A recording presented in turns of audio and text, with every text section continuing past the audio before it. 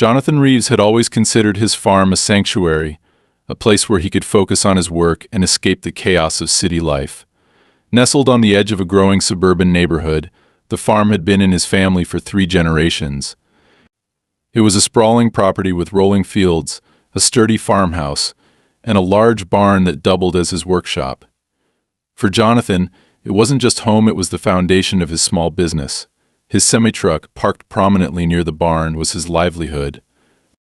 The truck wasn't just any ordinary vehicle, it was custom-built for hauling loads of recycled timber and agricultural supplies, with a distinctive engraving on the sides that marked his company's success. It represented years of hard work, long hours, and a commitment to building something meaningful. For years, the farm had existed peacefully alongside the neighboring suburban development. Jonathan had little interaction with the community that bordered his land. He wasn't the type to attend neighborhood barbecues or association meetings. His focus was on his business, and he had no interest in adhering to the carefully curated aesthetic of the manicured lawns and identical houses nearby. Occasionally, he'd hear complaints about the noise from his trucks or the unsightly equipment parked on his property, but he dismissed them. After all, his land wasn't subject to any community rules or association oversight. It was private property, and he had every right to use it as he saw fit. The complaints had started as small annoyances, passive-aggressive notes left on his mailbox, comments made by passing neighbors about how his industrial equipment didn't fit the area's character. Jonathan ignored them, focusing instead on expanding his business. But over time, the tension began to escalate. He started noticing cars slowing down as they passed his property, their drivers glaring disapprovingly at his semi-truck. Sometimes people from the neighborhood would gather at the edge of his land, gesturing and whispering as if his truck were a personal affront to their sense of order. Still, Jonathan shrugged it off. He didn't owe them anything, and he wasn't about to change his way of life to appease their delicate sensibilities. One morning, everything changed. Jonathan stepped out of the farmhouse with his usual cup of coffee, intending to start his day early. As he approached the truck, something immediately seemed off. The driver's side door was slightly ajar, even though he distinctly remembered locking it the night before. His heart sank as he got closer and saw the damage. The windshield had been smashed, shards of glass littering the ground. Deep, jagged scratches ran along the sides of the truck, carving into the metal with malicious intent. The tires had been slashed, leaving the vehicle immobile, and on the hood, someone had scrawled a crude message in spray paint: "Leave or else." Jonathan's initial shock quickly turned to anger. He clenched his fists as he surveyed the damage, his mind racing. Who would do this? Why? The answer seemed obvious. This was no random act of vandalism. It had to be connected to the growing hostility from the neighboring community. They had made their disapproval of his truck abundantly clear, but this was something else entirely. This was an attack, not just on his property but on his livelihood. As he paced around the truck, trying to process the situation, he noticed something odd. Near the front tires, partially hidden in the dirt, was a muddy footprint.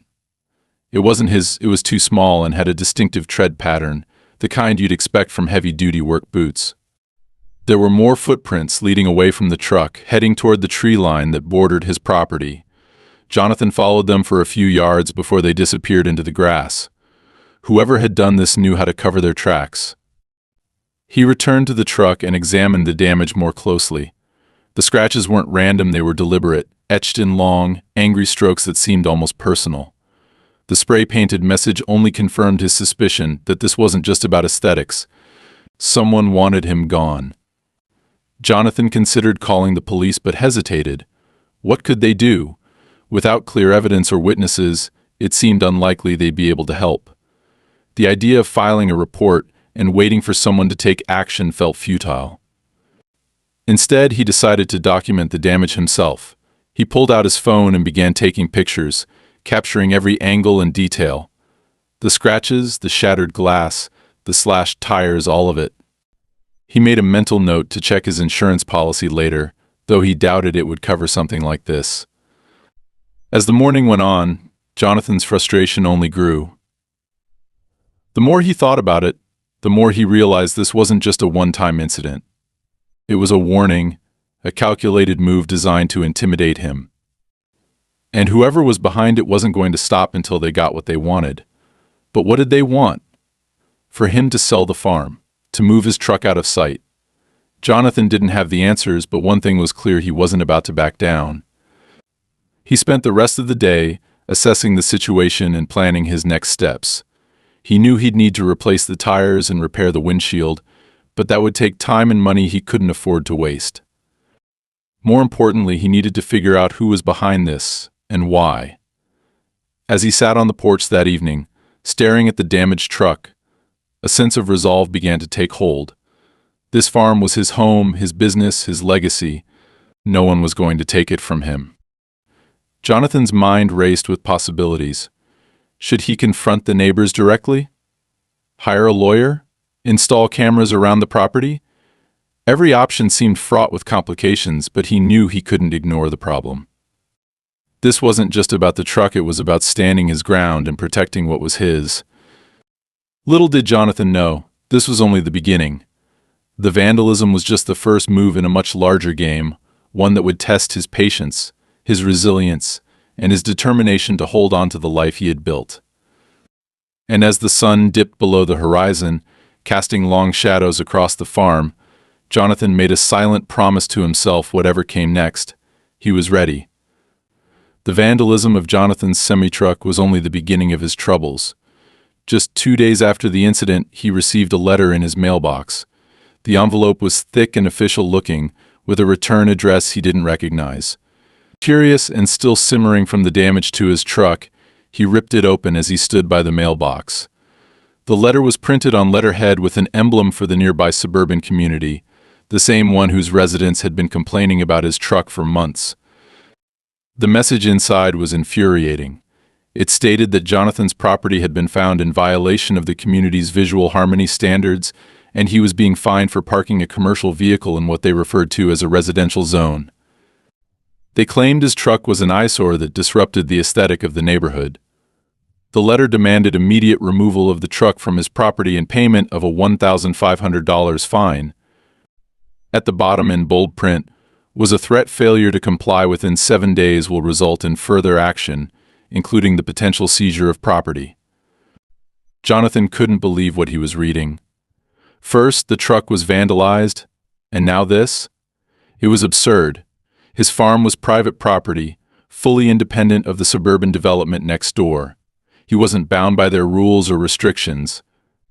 There was no homeowners association here, no board of directors dictating what he could and couldn't do with his land. His farm had existed long before the community sprouted up, and it operated outside their jurisdiction. Seething with anger, Jonathan marched back into the house and tossed the letter onto the kitchen table. He grabbed his phone and dialed the number listed at the bottom of the notice. After a series of automated prompts, he was finally connected to a live representative. "This is Jonathan Reeves," he began, his voice taut with restrained fury. "I just received a letter claiming I'm being fined for parking my truck on my own property. There has to be some kind of mistake." The woman on the other end of the line was polite but dismissive. "Mr. Reeves, your property falls within the visual boundaries of our community. As such, all vehicles visible from the street must adhere to our guidelines. Your truck does not meet those guidelines." "Visual boundaries," Jonathan repeated, incredulous. "What are you even talking about? My farm isn't part of your community. It's private property. Your rules don't apply to me." The woman's tone shifted, taking on a patronizing edge. "Mr. Reeves, I understand your concerns, but the bylaws clearly state—" "I don't care about your bylaws," Jonathan snapped, cutting her off. "I'm not a part of your community. I've never signed any agreement, and I'm not paying your ridiculous fine." The woman paused, and Jonathan could hear the faint clicking of a keyboard in the background. "If you refuse to comply, further action will be taken. I would advise you to reconsider." Jonathan ended the call with a muttered curse, his frustration boiling over. Who did these people think they were? They had no right to enforce their rules on his property. The whole situation was outrageous. But things didn't stop there. Over the next few days, the tension escalated. First, someone dumped a pile of gravel in front of his driveway, blocking the entrance to the farm. Jonathan had to borrow a neighbor's backhoe to clear it, losing half a day of work in the process. Then he noticed that several of his fence posts along the property line had been knocked over, leaving gaps that his livestock could easily wander through. He spent hours repairing the damage, all the while keeping an eye out for signs of the culprits. What finally pushed Jonathan over the edge was the arrival of a second letter, even more threatening than the first.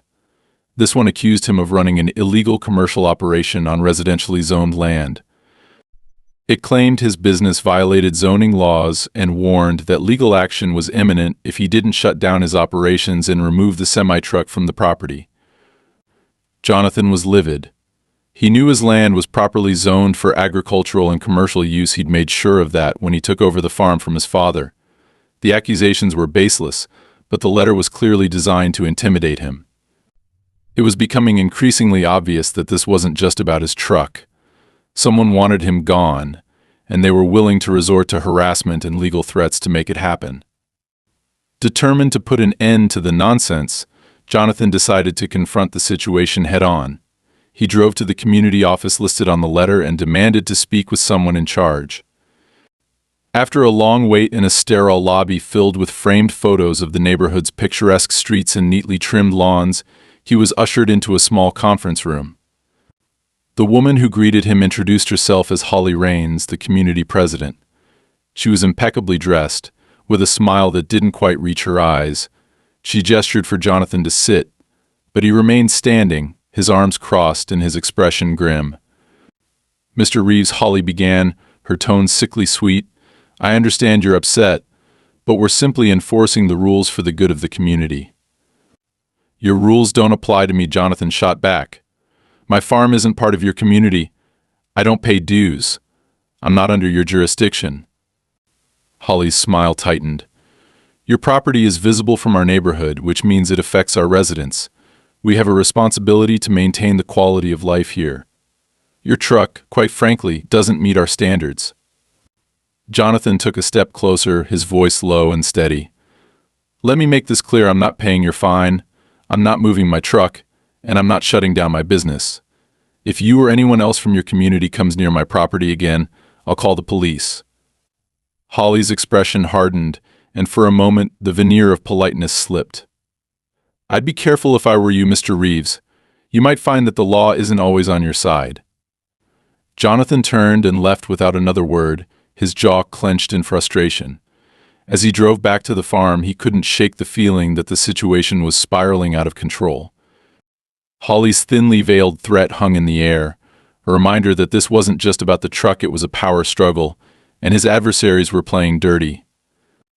When he got home, Jonathan decided it was time to take precautions. He contacted an attorney to review the letters and ensure his rights were protected. He also began installing security cameras around the property, determined to catch whoever was responsible for the vandalism and harassment. That night, as he sat on the porch watching the sun dip below the horizon, Jonathan felt a knot of unease settle in his chest. He had always believed that hard work and perseverance could overcome any obstacle, but this was different. This was a calculated attack on everything he had built, and he wasn't sure how far his adversaries were willing to go. Little did he know, the battle was just beginning. The tension on Jonathan's farm reached a boiling point just days after his confrontation with Holly Raines. He had hoped that hiring an attorney and installing security cameras would deter further harassment, but it quickly became apparent that his adversaries weren't going to back down. If anything, their tactics were escalating. The morning after the cameras were installed, Jonathan stepped out of his farmhouse to find that someone had spray-painted large red XS on several of his trees, including the old oak that had stood at the edge of the property since his grandfather's time. It wasn't just vandalism, it was a message. Whoever was behind this wanted him to know they were watching, and they weren't afraid to cross boundaries. Jonathan immediately checked the footage from the night before, but what he found left him more frustrated than relieved. The cameras had captured shadowy figures moving just beyond the edge of the property, carefully avoiding any well-lit areas. Whoever they were cautious and experienced, making it clear this wasn't just a group of bored teenagers looking for trouble.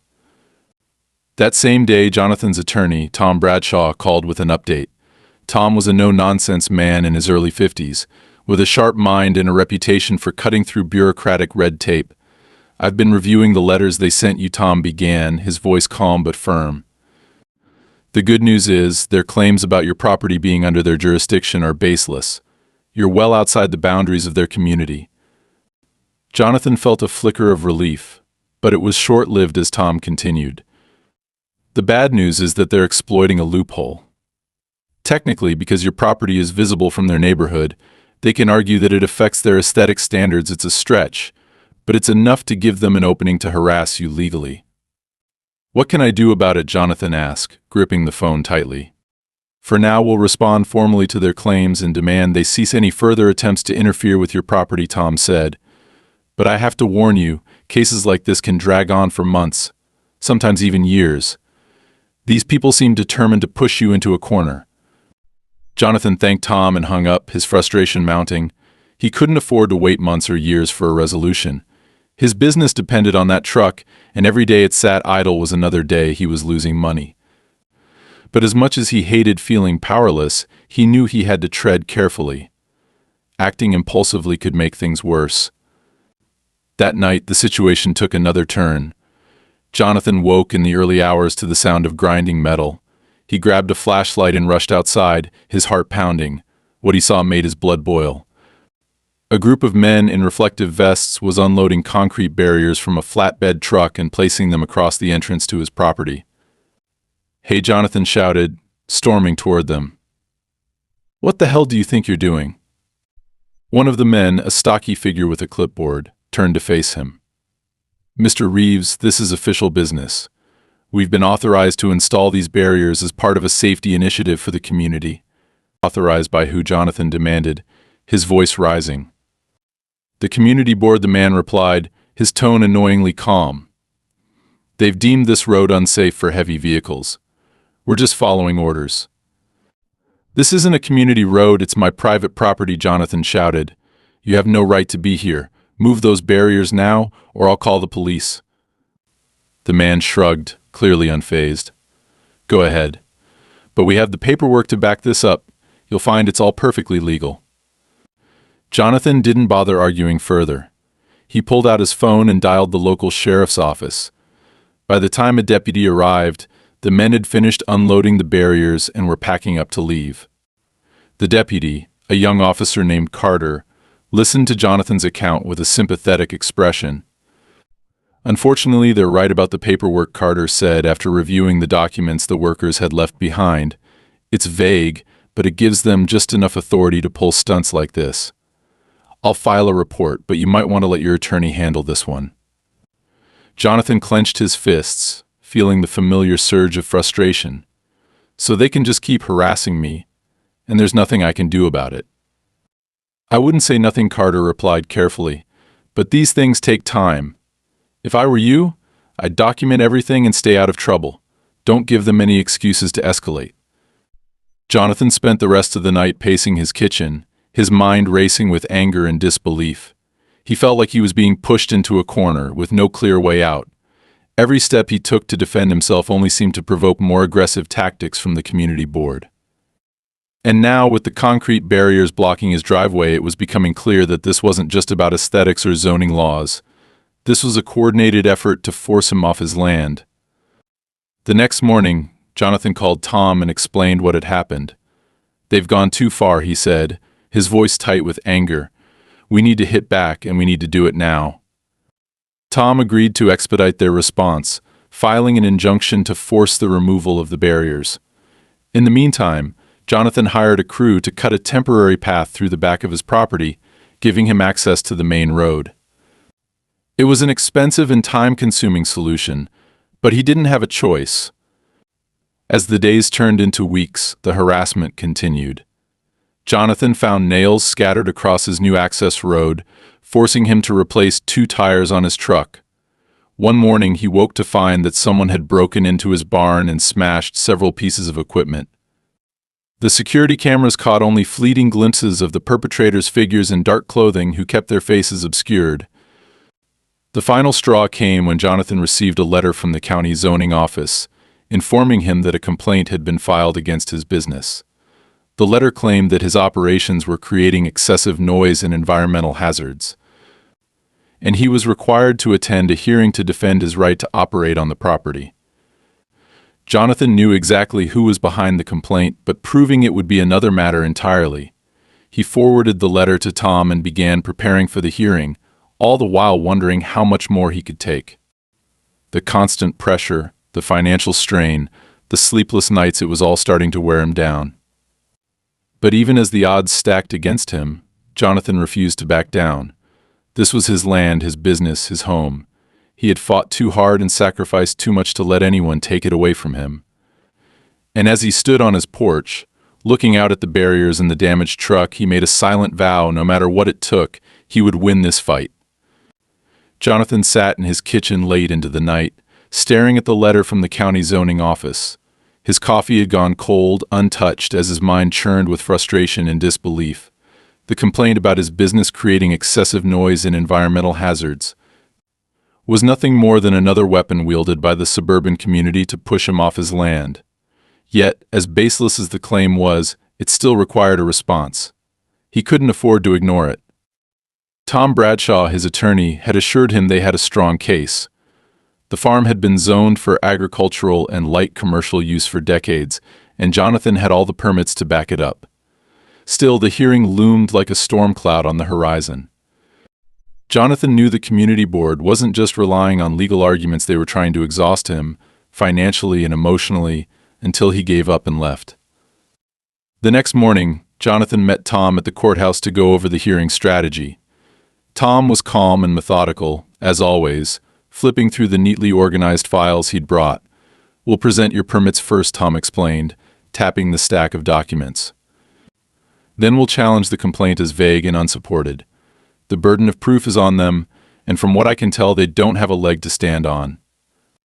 Jonathan nodded, appreciating Tom's confidence, but he couldn't shake the feeling that this was just another step in a long and dirty game. As the hearing began, the opposing side, represented by Holly Raines and a smug lawyer who introduced himself as Preston Hill, immediately launched into an argument about the disruption Jonathan's business caused to the community.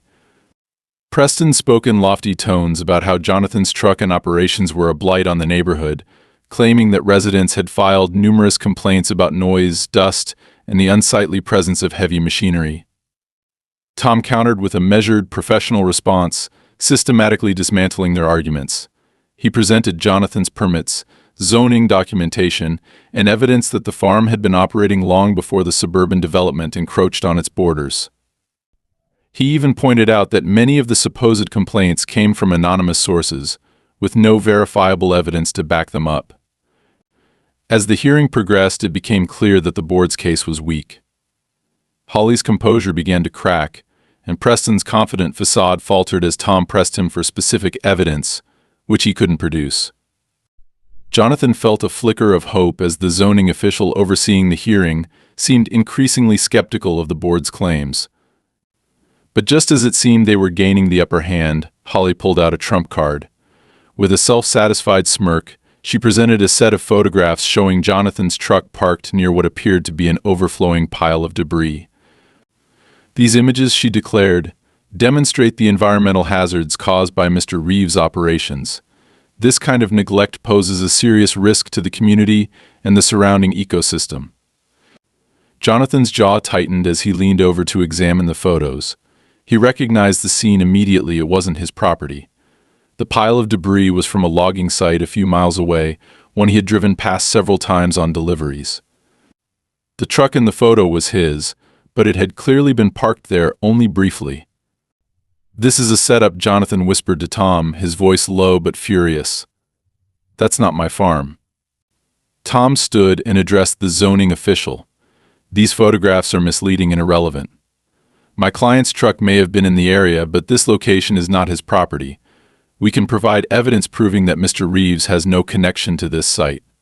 Preston tried to push back, arguing that the presence of Jonathan's truck was enough to cast doubt on his operations. But the zoning official wasn't convinced. After some deliberation, the official ruled in Jonathan's favor, dismissing the complaint and affirming his right to operate his business on the farm.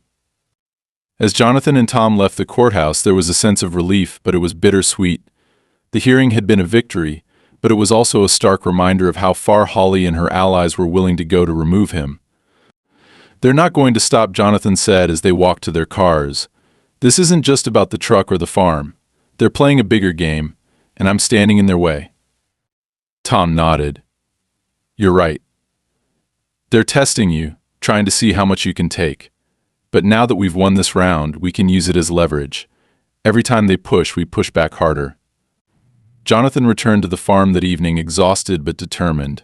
He checked the security cameras and found nothing unusual, no figures lurking in the shadows, no new acts of vandalism. For the first time in weeks, he allowed himself a moment of cautious optimism. But that optimism was short-lived. The very next day, Jonathan woke to find a large banner strung across the road leading to his property. It read, in bold, "Accusatory letters protect our community, stop industrial blight." A group of neighbors had gathered nearby, holding signs and chanting slogans about protecting the environment and preserving their neighborhood. Jonathan felt his temper flare as he approached the group. "What the hell is this?" he demanded, his voice cutting through the noise.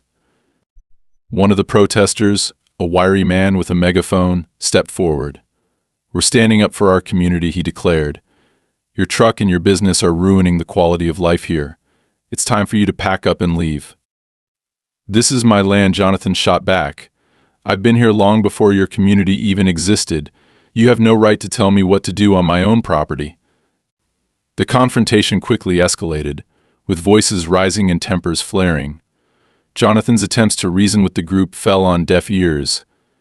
It was clear they had been whipped into a frenzy by Holly and her allies, fed a narrative that painted Jonathan as a villain threatening their idyllic suburb. As the protesters refused to disperse, Jonathan called the sheriff's office. When Deputy Carter arrived, he managed to calm the crowd and persuade them to leave, but not before issuing a warning to Jonathan. "This is getting out of hand," Carter said, his tone serious. "If this keeps escalating, someone's going to get hurt. You need to be careful." That night, Jonathan sat on the porch, staring out at the darkened road. The banner had been removed, but its message lingered in his mind. This wasn't just a fight for his farm anymore. It was a battle for control, for the right to live and work on his own terms. And as much as he hated to admit it, Carter was right.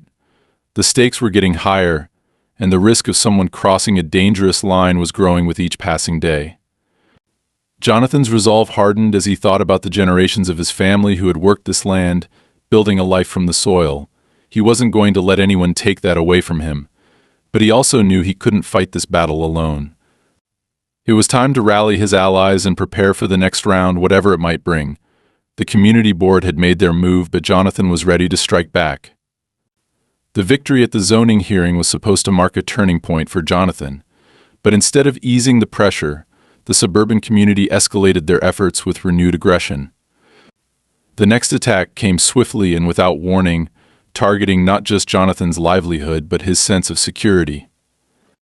It started late one evening when Jonathan noticed an unusual flicker of light on his property. At first he thought it was a reflection from the headlights of a passing car, but the farm was too isolated for random traffic at that hour. Grabbing a flashlight, he stepped out onto the porch, scanning the fields. His gaze landed on a distant glow near the barn. His heart dropped as he realized it wasn't just a flicker, it was fire. Jonathan sprinted toward the barn, shouting as loud as he could.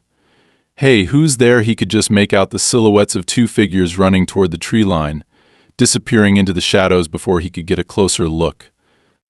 By the time he reached the barn, the fire had already consumed a stack of wooden pallets and was spreading to the exterior wall. Without hesitation, Jonathan grabbed a nearby hose and started dousing the flames.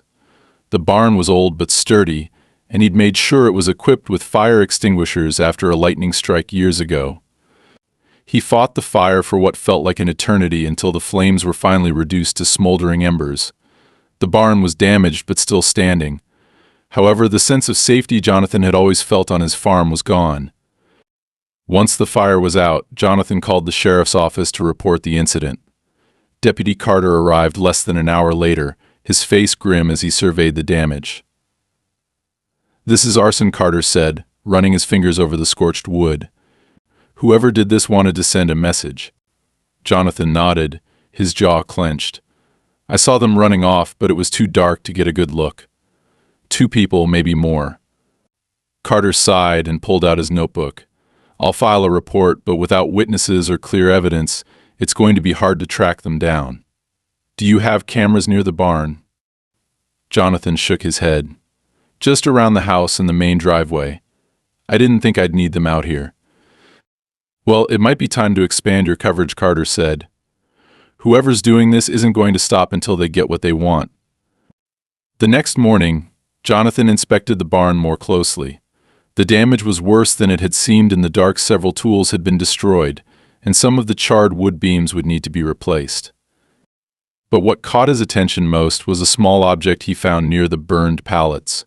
It was a matchbook with a local landscaping company's logo on the front. Jonathan frowned as he turned the matchbook over in his hands. He'd seen trucks from that company parked near the neighborhood on several occasions, and he couldn't shake the feeling that it wasn't a coincidence. He passed the matchbook to Tom later that day, asking him to look into it. "If this company has any ties to the people harassing me, I want to know about it," Jonathan said. While Tom investigated, Jonathan took matters into his own hands, reinforcing his security measures. He installed additional cameras around the barn and other vulnerable areas of the property, making sure there were no blind spots. He also began keeping his shotgun closer at hand, a precaution he never thought he'd need on his own land. But the attacks weren't limited to physical damage. That week, Jonathan received another letter from the community board, this time accusing him of endangering public safety by refusing to comply with their guidelines. The letter included a list of supposed violations, including the presence of hazardous chemicals and improperly stored equipment on his property.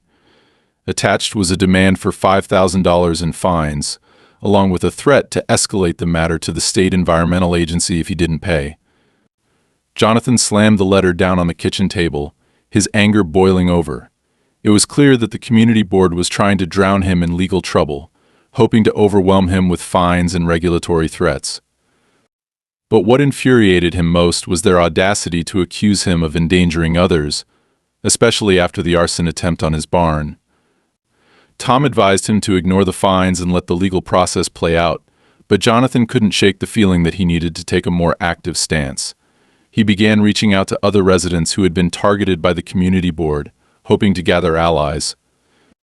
One of the people he contacted was Margaret, an elderly widow who lived a few streets over. Margaret had been fighting her own battle with the board over a small garden she'd planted in her front yard, which they claimed violated landscaping rules.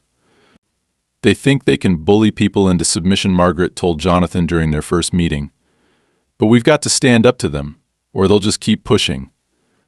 With Margaret's help, Jonathan started piecing together a clearer picture of the board's tactics.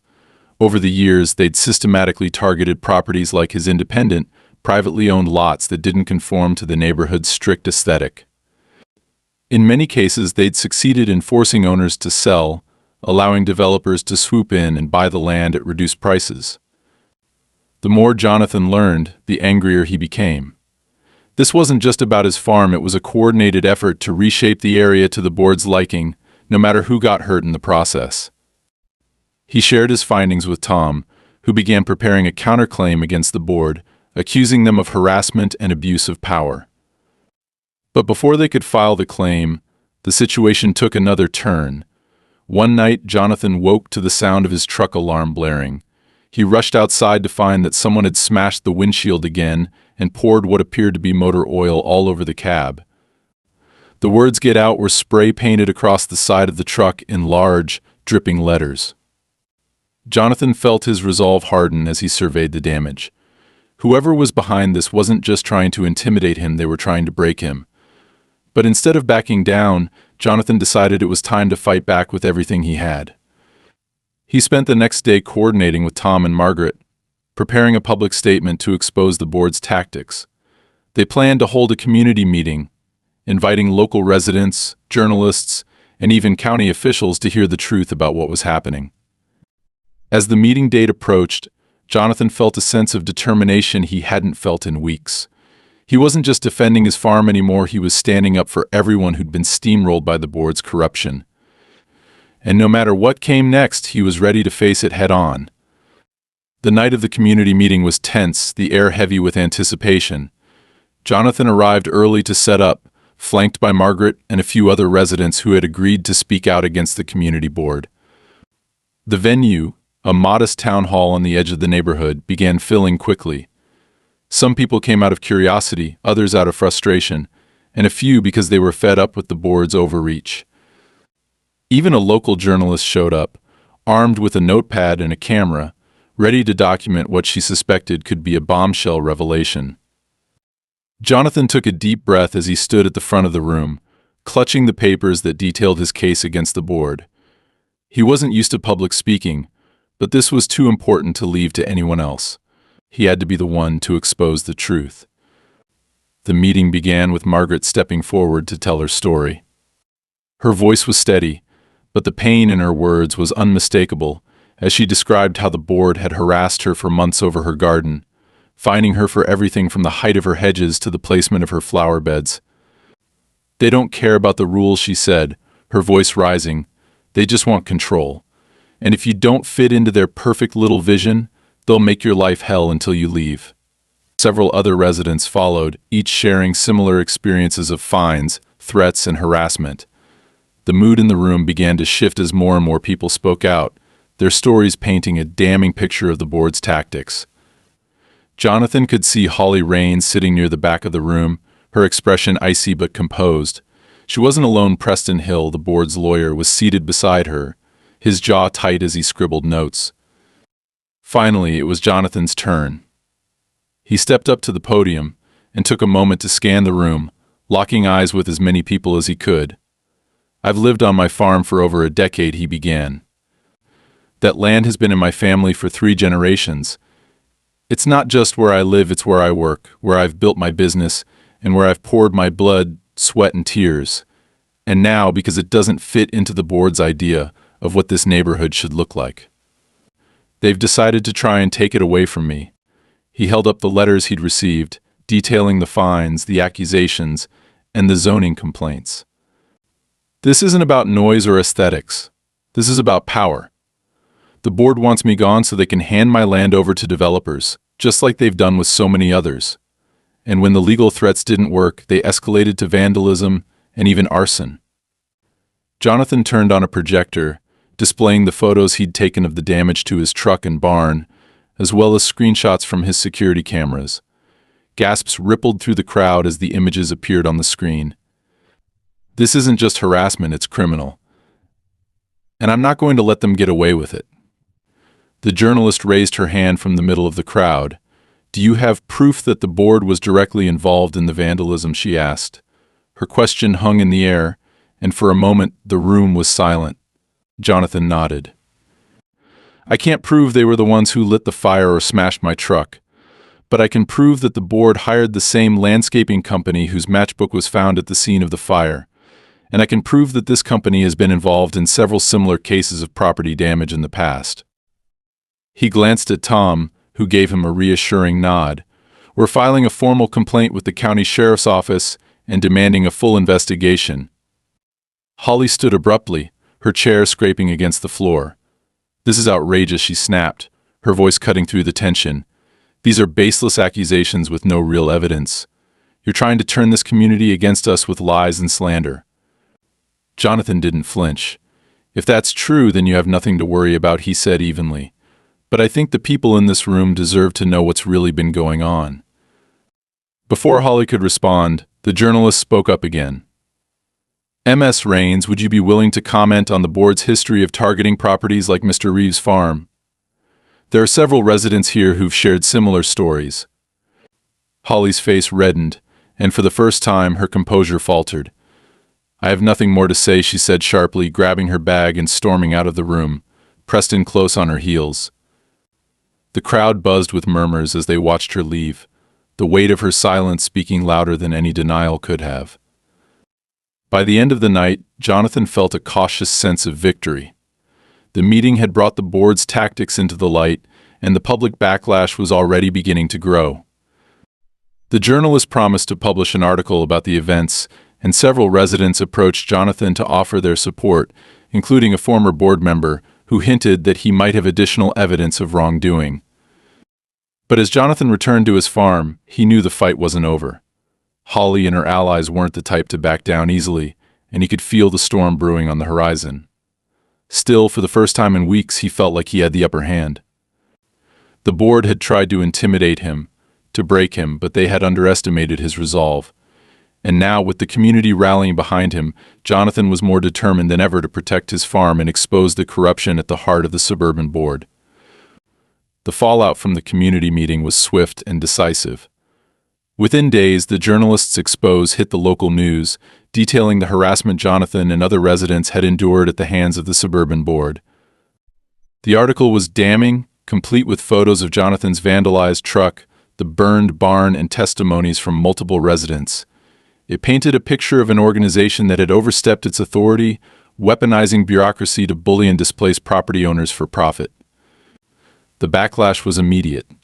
Emails and phone calls flooded the board's office, demanding explanations. Residents who had previously stayed silent began to speak out, emboldened by the meeting and the article. Some shared stories of their own, adding fuel to the growing fire of public outrage. Even local businesses, wary of being associated with the scandal, began to distance themselves from the board's leadership. Holly Raines, who had always projected an image of unflappable control, found herself at the center of the storm. Under pressure from the media, residents, and even members of her own board, she resigned within a week of the article's publication. Preston Hill, the board's lawyer, followed soon after, issuing a vague statement about pursuing new opportunities, but leaving behind whispers of pending investigations into his practices. For Jonathan, the victories came in rapid succession. The sheriff's office, spurred by the public outcry, opened a formal investigation into the arson attempt on his barn and the vandalism of his truck. The landscaping company tied to the matchbook found at the scene was subpoenaed, and early reports hinted at their connection to similar cases across the region. While no arrests were made immediately, the growing scrutiny made it clear that whoever was behind the attacks wouldn't be able to hide for long. The concrete barriers blocking Jonathan's property were removed under court order, and the fines levied against him were declared null and void. Tom Bradshaw filed a civil suit on Jonathan's behalf, seeking damages for the harassment, property destruction, and loss of business. With mounting evidence and a wave of public support, the case seemed poised to deliver a significant financial blow to the now leaderless board. But the real victory came in the form of community solidarity. Neighbors who had once viewed Jonathan's farm as an eyesore began to see it in a different light. They saw his resilience, his determination to stand up against injustice, and his willingness to fight not just for himself but for everyone who had been wronged. Some offered to help repair the damage to his barn, while others brought food and supplies as small gestures of support. Margaret, the widow who had stood by Jonathan's side throughout the ordeal, organized a group of residents to draft a new charter for the community, one that prioritized fairness and transparency over rigid control. Jonathan attended their meetings occasionally, not out of obligation but out of a sense of shared purpose. For the first time in years, he felt like he wasn't alone in his fight. As the weeks turned into months, life on the farm began to return to normal. Jonathan repaired his truck, replacing the shattered windshield and scrubbing away the hateful graffiti. The barn, once blackened by fire, was restored to its former glory with the help of his neighbors. He even added a new security system, one that covered every corner of the property, ensuring that nothing like this could happen again. But more than the physical repairs, Jonathan found himself changed by the experience. The farm had always been his refuge, a place where he could work and live in peace, but now it was something more. It was a symbol of resilience, a testament to the power of standing one's ground against those who sought to take what wasn't theirs. On a quiet evening months after the meeting, Jonathan stood on his porch, watching the sun dip below the horizon. The field stretched out before him, golden in the fading light, and the distant hum of cicadas filled the air. The scars of the battle were still there: burned wood, repaired fences, but they served as reminders of what he had overcome. As the first stars appeared in the sky, Jonathan allowed himself a rare moment of satisfaction. He had fought for his land, for his livelihood, and for his right to live on his own terms, and he had won. The board's power was broken, its corruption exposed for all to see. The community was rebuilding, guided by a new vision that valued cooperation over control. And Jonathan, for the first time in a long time, felt truly at peace. The fight had been hard, the stakes high, but he had emerged stronger, more resolute, and ready for whatever challenges lay ahead. The farm was his, and it always would be.